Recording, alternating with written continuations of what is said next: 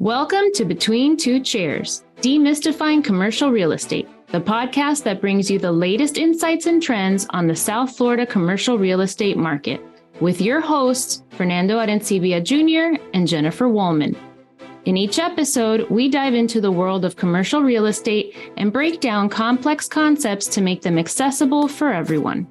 Whether you're a real estate professional, a curious investor, or just interested in the South Florida market in general, Between Two Chairs is the podcast for you. So pull up a chair and join us.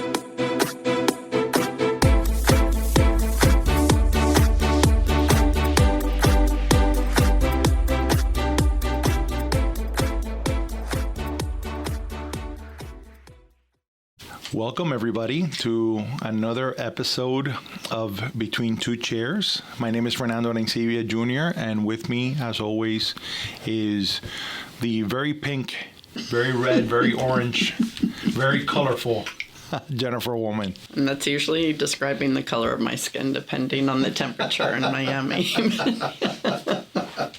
Hey, I haven't seen the orange skin, okay? Yeah, that's after my first day of voting in the summer, usually, when I don't put on enough sunscreen, don't have a big enough base, but yeah. Sunscreen, everybody. That's right. Good morning. Hello, everybody. Good afternoon. So March is Small Business Month, and you and I love small businesses. Most landlords love small businesses. Communities should love small businesses. We're always preaching shop local, shop small. So we thought we would focus our episodes for the month of March on small businesses. And today we're going to talk about the community impact of small businesses. Definitely a favorite topic of ours. And I always love that for many, many years, you've always, through social media, have highlighted when you find a really cool, creative small business. And I know that that has always been a focus. So I'm really, really excited to delve into that, because I think some of the data on small businesses will surprise people, right? I don't think that people really fully grasp the economic impact of small businesses on our country, on Florida, on South Florida specifically. And I think that that will really educate the importance of making sure that the environment is healthy for the creation, the growth of small businesses in America. I agree. You know, in the United States, that's kind of the American dream, right? There are a lot of entrepreneurs out there with enough grit. You can get by and start pretty much anything, any kind of business you want. And the resiliency of the small business owner was, I think, never more prevalent than during the pandemic, right, when a lot of the large national chains were not paying rent and saying they were going to wait and try to figure it out, and they were delaying their lease payments, even though they're big, and most, you know, of their landlords are not big entities.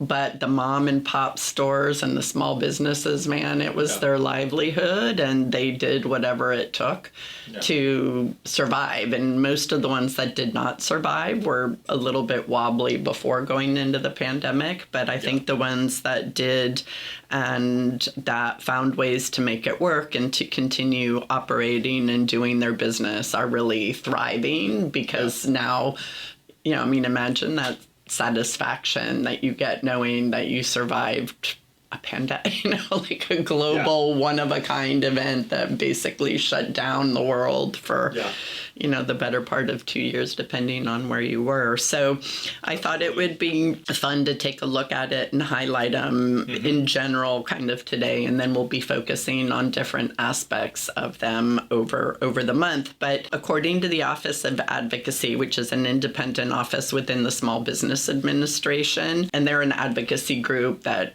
you know, they lobby for things that help small business and protect small business, not only on a national level, but on a state level.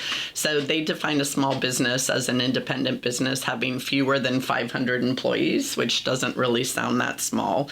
But the majority of U.S. small businesses actually have less than 5 employees. Right. And I think that's what we're more used to and accustomed to thinking of when we think of small business. And then again, small businesses also also vary in terms of definition depending on their code within the IRS code of whether they're a manufacturing firm or a food establishment or hospitality, et cetera. But for our purposes, we're going to use this one, fewer than 500 and mostly less than 5. According to the U.S. Chamber of Commerce, there was a record-breaking 5.5 million new business applications filed in 2023 across the U.S.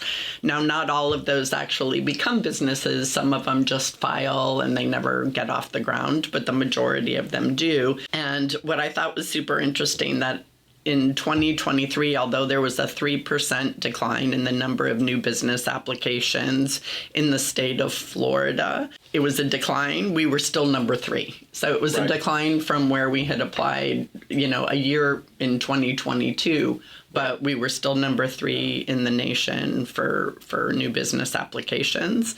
And that's per capita. And I think part of that, and we'll get into the numbers, but there was such a growth of small businesses and entrepreneurship that really got us out of the pandemic. So there was a huge spike in those numbers. So when you're saying that it's a lower number, well, it's really off of an all-time high. Correct.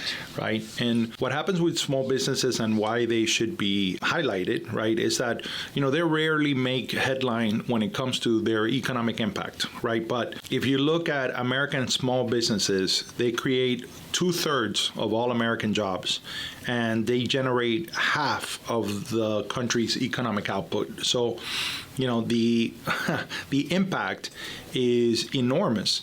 And to your point about the definition and the definition by the Small Business Administration of having fewer than 500 jobs, it would be a misnomer for people to leave this podcast thinking that, well, that's not a small business at all, right? But remember, that definition is just a threshold. 80% of small businesses have no employees at all, right? So it is estimated that we have roughly about 32 million small businesses in America.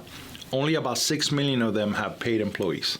So that's almost 26 million businesses that are non-employer firms, right? They're entrepreneurs. Think of your plumber, think of your carpenter, think of the mechanic that are, just kind of running their own business. So, it's important to understand, that threshold of 500 might misinterpret that the fact that the great majority of small businesses that are creating so much output, economic output, are have fewer than 5 employees, or as you mentioned. Right. To your point, your CPA. I mean, my CPA is a one-person firm, and and same with my bookkeeper, but they all are their own independent businesses, and eventually they'll probably grow, and as they grow, they'll hire people temporarily or full-time or whatever. But at the beginning, it's more common for these companies to start out as single, especially in the professional and business services, right? In food, usually not so much, in food and beverage, but definitely in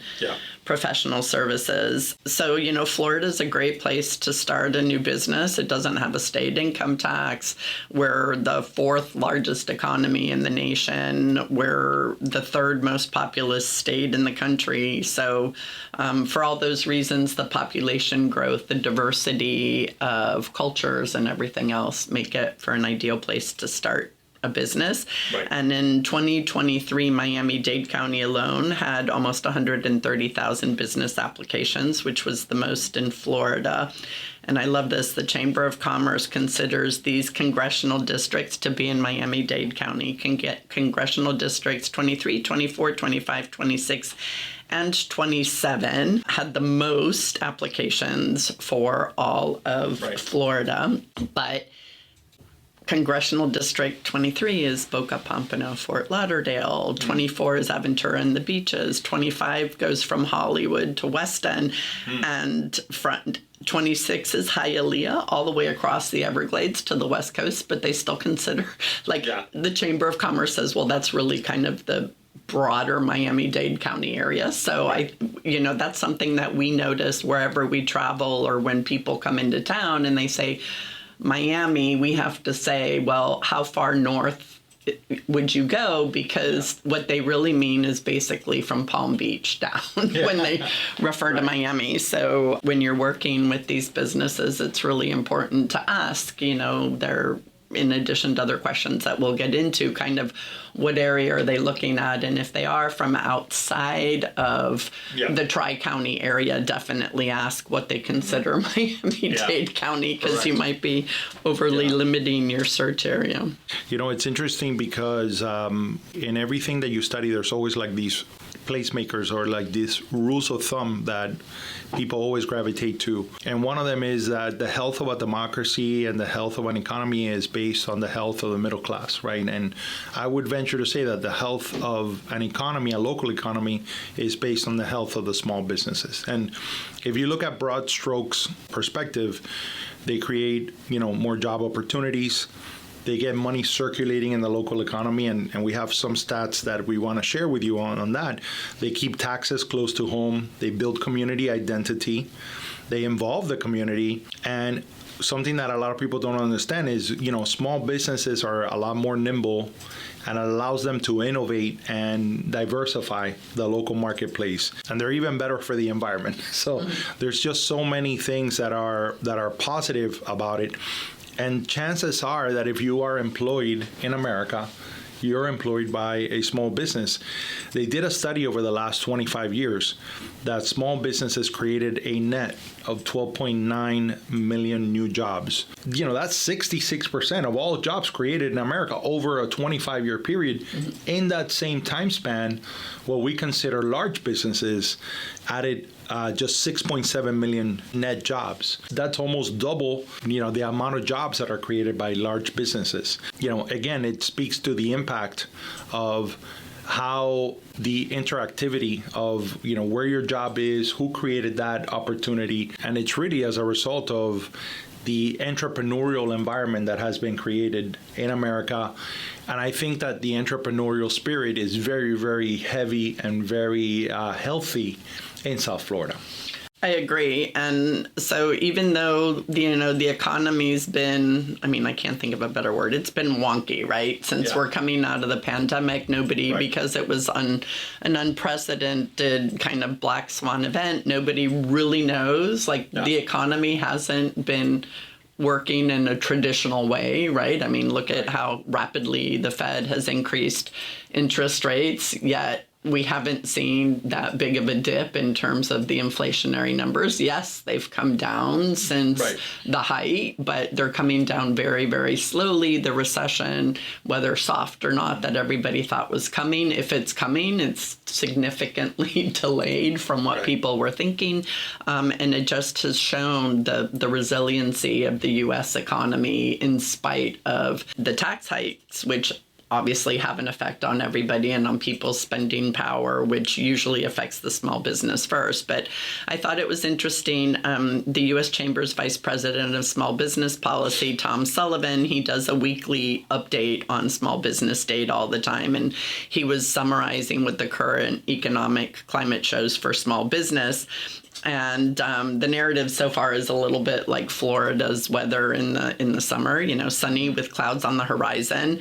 And he basically said that he thinks all the data is showing that small business revenues are going to increase this year, but there are issues with rising costs such as labor and insurance and stuff that could put a damper on it. But overall, the outlook is very strong for small business this year. It looks like the economy is set to grow to 2.2% after adjusting for inflation, and that's according to the National Association for Business Economics, and they had to readjust it up from 1.3%.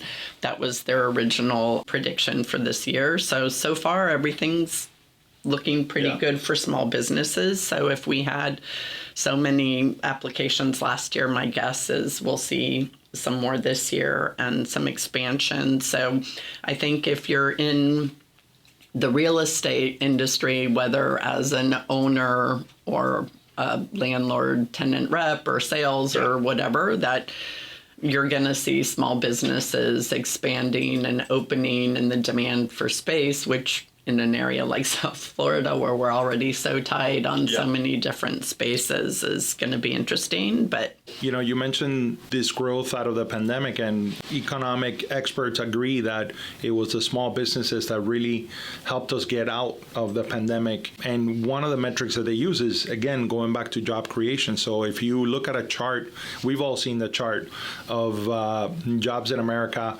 When you get to right at the beginning of the pandemic, you start to see this huge abyss, right? All of a sudden, the chart is going down because in the first 2 quarters of 2020, there were 9.1 million jobs that were lost.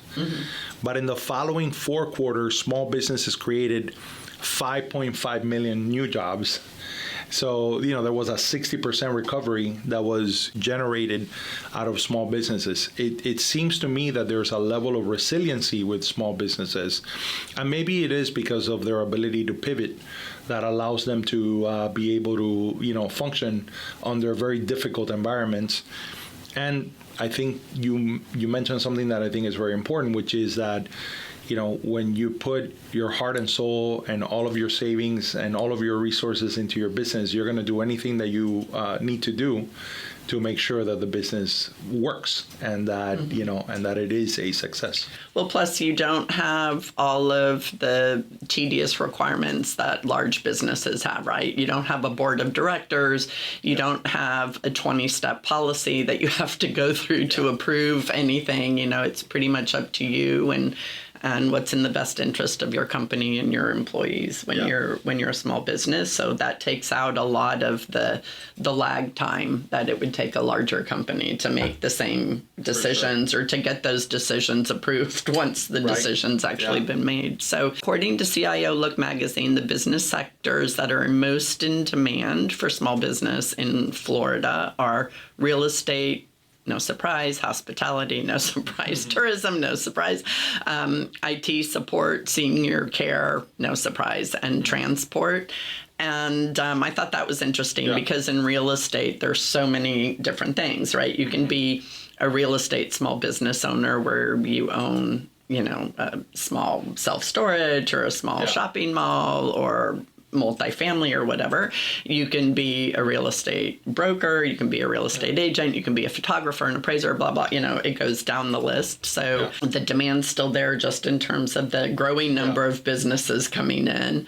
Hospitality, obviously, with all of the tourism we get, which is also why tourism. But I thought it was interesting because we're seeing this, and we've talked about this a little bit, is that restaurants are also super popular as a small business startup. However, there's huge upfront costs in opening a physical space, which is why food trucks and commissary kitchens and ghost kitchens are kind of a good place to start. I'm curious to see, it seems that those have died off a little bit, or at least leveled off. So I'm curious, as the economy starts to ramp up again and the fact that restaurant space is so tight and is so expensive, if we're going to start seeing more activity again in the food truck, commissary, and ghost kitchen space. What do you think? So my thought is that there is a concerted effort to create smaller spaces and locations where you could have a variety of food choices that are not exactly a food hall, but they're more creative uses of container spaces, food trucks, things of that nature.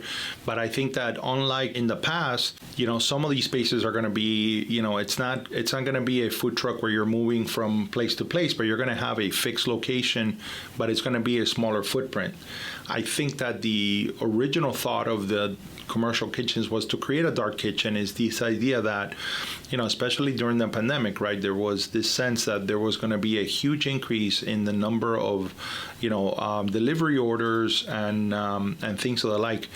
What I think is shifting is that restaurants that are doing well and that are on an expansion mode are looking at commercial kitchens.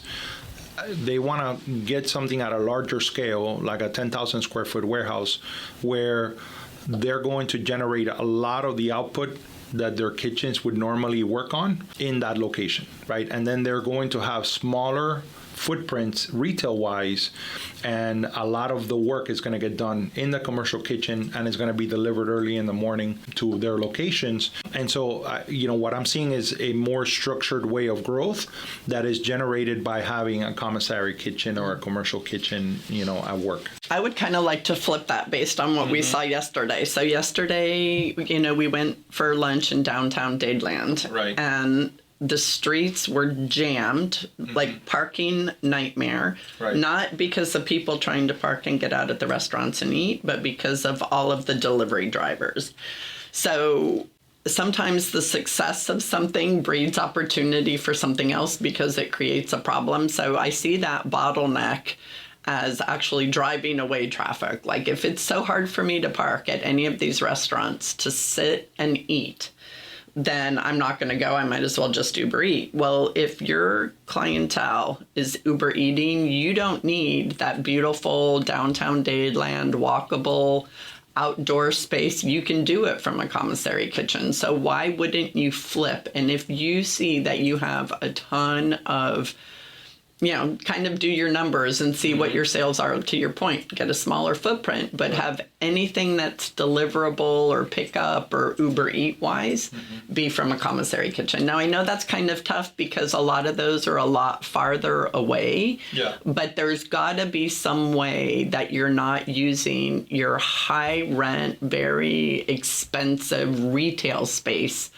to do deliveries where you're not making a huge margin, right? Like a lot of owners complain that the price that they pay on these delivery services are super expensive. So any of you entrepreneurs out there who want to solve that problem, I think there's huge opportunity there. I mean, as somebody who's I couldn't do an Uber Eats or any, I have no idea how to do that. If I order for pickup, one of us just goes and picks it up. So I don't know, but I know it's super popular, and I think, with the economy still going strong, I don't see people cutting that off. And based on what we saw yesterday, and that was at 1:00. I mean, great. It's a tough thing. Number one, rent of warehouse space and industrial space has gone up dramatically. You have to do an incredible investment to convert that into a kitchen. To your point, the location may not work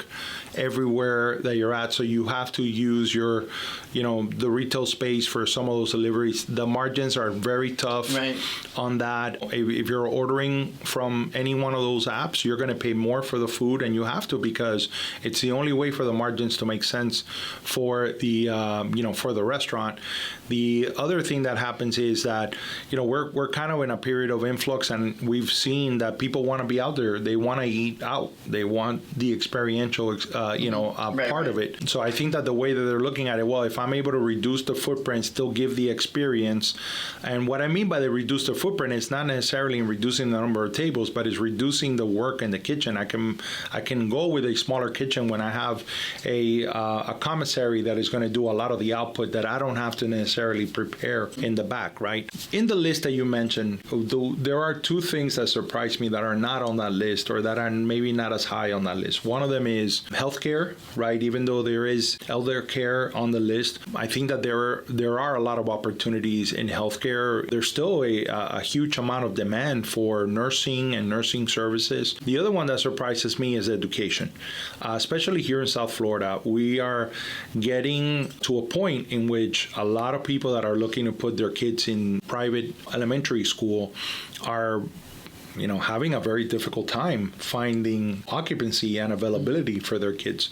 So I do see an opportunity for growth on that end. I do see more private schools expanding and charter schools expanding, and even the public school sector. So it's a result also of the natural thing that happens when you have incredible amount of demographic growth in an area. But I think that there is a level of demand for the private and the charter schools that we have yet to see the full unfurling of that into entrepreneurs that are going to satisfy that demand. And so those are our two opportunities. I saw this chart, and I want to kind of share it with everybody, because one of the things that we always talk about is the value of buying local. Oftentimes people might misconstrue that to say, well, yeah, it's great to support a local business, you're supporting a fellow entrepreneur, but I wanted to give you a breakdown of what happens when you spend $100 at a store that is local versus a non-local business, a small business versus a large business. So for example, for every $100 that you spend at a local small business, $68 stays in the economy, right? Only $32 leaves the economy. If you do that at a non-local business, instead of $68, $43 stays in the economy, $57 leaves the economy. And I think that that's an important component of why, to the point that we were trying to make earlier, local small businesses are incredibly important to the vitality of our community. Agreed. I mean, something like, microbreweries are really popular down here as well. And, a lot of them are either independent microbreweries or they tie their location into a food service and an event space like La Tropical did. You don't see with something local what goes on also behind that. So yeah, you see this little microbrewery in the restaurant and it's a great space to go. But they also have a huge logistics sector, right? Mm-hmm. Because they need to export or ship out the beer that they make. So there are distribution companies, logistics companies such as Fulfillment Hub that they specialize in local, domestic, and international distribution. So they go to places where there are a lot of these small businesses that are producing stuff, but that don't have the bandwidth to ship, let's say, significantly further away. And so now you have this center that opened up. They have a warehouse over by, between Sweetwater and Doral, kind of in that sweet spot where it's not so far from these microbreweries. It's easier, super easy to hop on to 75 or 836, get to the ports, etc. So local companies do that. A much bigger company won't necessarily have that. Their logistics hub might be in the center of the country where it's cheaper, and then everything distributes out from there.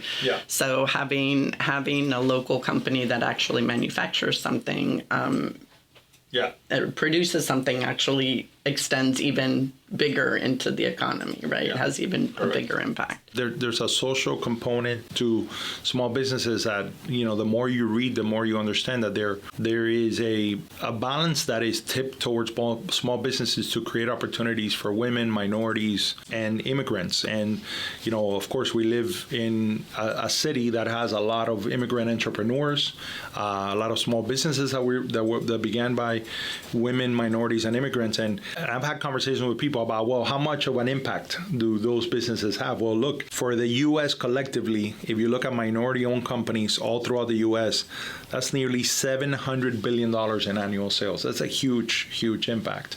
And again, we live in a society that I think does best when it is encouraging entrepreneurship and when it is encouraging the creation of small businesses.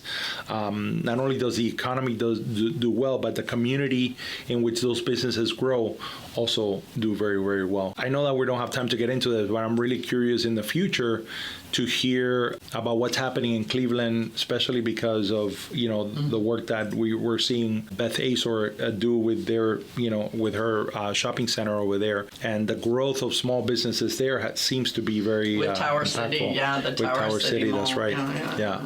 Alrighty. So what is your fun fact? So look, my fun fact is not about threw small. Out a lot of facts. We did. Not very local. We did. No, for sure. But and this might be more for people that may remember. Sometimes history can be very. We can be very short-sighted when we look at history. And I was thinking about my daughters growing up, where Apple was always Apple to a degree, right? And the growth of new businesses. So this is really about large firms. But I was looking at a stat that came through about the S&P 500. So the largest 5 firms represent 25% of the full capitalization of the S&P 500. So that's 5 companies. And these 5 companies are Microsoft, Apple, Alphabet, which is, the parent company of Google, Amazon, and NVIDIA, who's had an incredible run. But then if you look at it, the last time that the top 5 firms represented that percentage of the S&P pool was back in the 1970s. And look at these 5 firms: IBM, AT&T, GM, Eastman Kodak, right, and Exxon. I know, exactly. People aren't even gonna know. And this is, what I find really interesting is, look, that's a 50-year period. That's not a huge, a long, long time ago, right? I mean, for some people, it's a long, long time ago. But look at the shift in our economy, right? When you're looking at those 5 companies back in 1970s to the 5 companies today. And that's just to say that in a very short amount of time, you could have a huge impact in the economy. I think it speaks volumes as to, my goodness, all of these are online. They're all online tech sector companies. It's been a huge shift, I mean, GM was number 3 back in 1970s, and now it's like, it's crazy. Kodak doesn't even, I know, doesn't even exist. doesn't even, I don't know, they lost their theater there. Anyway, they still have those little disposable cameras. I wonder if people buy those other than for weddings, now that everyone has a cell phone that takes amazing pictures. So my fun fact is just local to Florida. It's the 5 largest cities by population. Jacksonville's number 1, Miami, Tampa, Orlando, and St. Pete, which doesn't surprise me. And then if you want to add some of the next in line are Hialeah, Port St. Lucie, and Cape Coral, but all good places to start business because of the size of the population, the growing population. Some of those are also the fastest growing cities in the state. So in March, let's celebrate small businesses. If you find our post, comment, give us a little bit of your story. Tell us about the small businesses that you're a part of. Look, the numbers say it. The majority of us either work at a small business or run a small business. So we would love to hear from you. And as always, we appreciate you listening to our humble podcast. And shop local. And shop local, absolutely. Bye, everybody.